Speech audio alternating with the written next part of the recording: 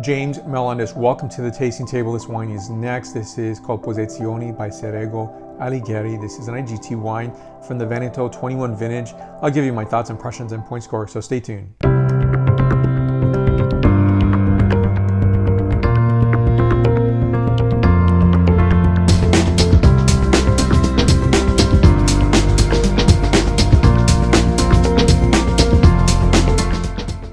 Please give a like and subscribe to this channel. So let me show you the label up close. Here's the front label. There's a back label. This wine is 75% of this is Garganega, as well as 25% of this is Sauvignon Blanc, 12.5% ABV, a suggested retail of $19.99. Now the Tenuta, the estate is purchased in 1353 by Pietro Alighieri, who's a son of Dante Alighieri. Now Pietro Alighieri's descendants have operated this Tenuta for 21 generations, so a very long time. And just thinking about the historical tie to Dante, of course.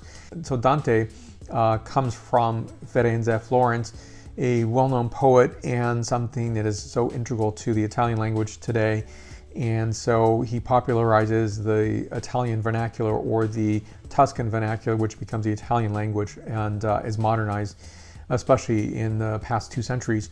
And ultimately, this is a person who is so revered and beloved. However, he's exiled in 1302. He has a very hefty fine to pay, and if he doesn't pay and he enters in Florence again, he will be burned at the stake.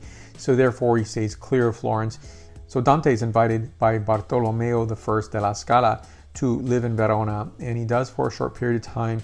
He ends up going to Liguria, and he travels the remainder of his life for another 17, 18 years. And ultimately ends up in Ravenna, which is in Emilia-Romagna. His tomb is still there today, and it's venerated. People visit it. And ironically, people from Tuscany and from Florence, Firenze, end up bringing olive oil as an homage. And it wasn't until 2008 that the city council of Florence struck down all the sentences against Alighieri, Dante Alighieri, which included his sons and descendants. And so there's this great longing for Florence to have the tomb, the remains of Dante Alighieri, back into Santa Croce in Firenze. That's where so many luminaries are buried today, or entombed. So it's a fascinating story. I love everything Italian. Being in the Veneto, it was a lovely, lovely experience, and I can never get enough of being there. It is fantastically wonderful. Now, this wine is something I find to be fascinating because I thought I'd like it. I didn't think I would love it. And that is the point of tasting, right? So tasting is believing, and to get to taste this wine and to enjoy this wine. So the Garganega led wine with a small component, 25% of Sauvignon Blanc, is the right balance point. I was hoping this would not be overpowered by Sauvignon Blanc. It is not. It's a fine blend altogether.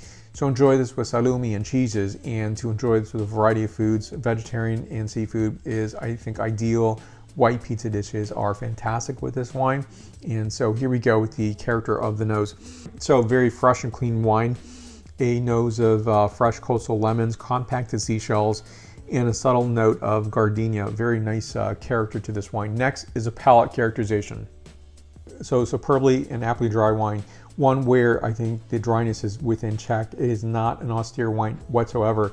It is giving a character of white stone fruit, as well as amalfi lemons, a bit of white floral notation, and compacted seashells and oyster shell. So salinity is part of this, and it is a fantastic, glorious wine. This is 94 points out of 100 points. More information on the producer down below.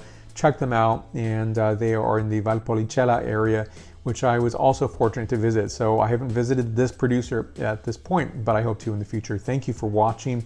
And questions or comments, please list down below. Seek out this wine. I think for the price point on this, it's an excellent price point, an excellent wine, and I will see you in the next video review. In between, you'll find me on Facebook, Twitter, Instagram, LinkedIn, and WordPress. I will see you very soon. Salute.